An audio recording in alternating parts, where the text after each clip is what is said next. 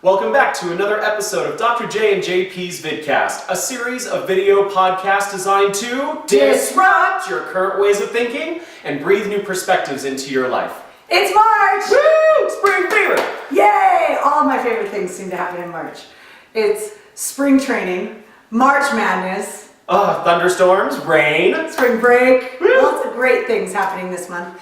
And we are going to focus on cognitive distortions that get in the way of you making progress towards your goal. And we have 5 vidcasts that will be launched this month, and they will each focus on a different cognitive distortion that is going to potentially inhibit your performance. And so we want to call our attention to those things and minimize the amount of attention we give them in our progress to achieve.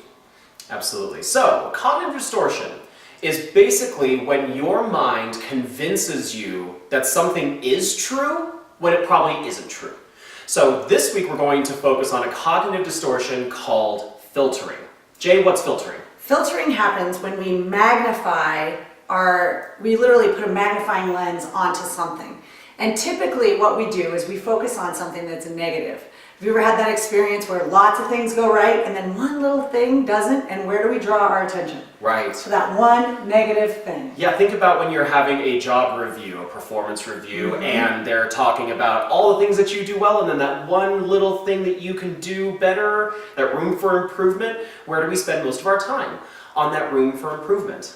Same thing with health and wellness goals, right? You might be really focusing on your fitness and making time to work out every day, and then you skip a day or you miss a day. And what do? You beat yourself up over the day that you didn't go instead of focusing on the 12 times you did go over the past month. And even, not even health and wellness, sometimes we just feel like we need to have a day to ourselves for self-care. And then when we look back at what we did that day and we say, wow, I really didn't accomplish much today, that we just focus on the negative aspect as opposed to saying, you know what, I really needed that day.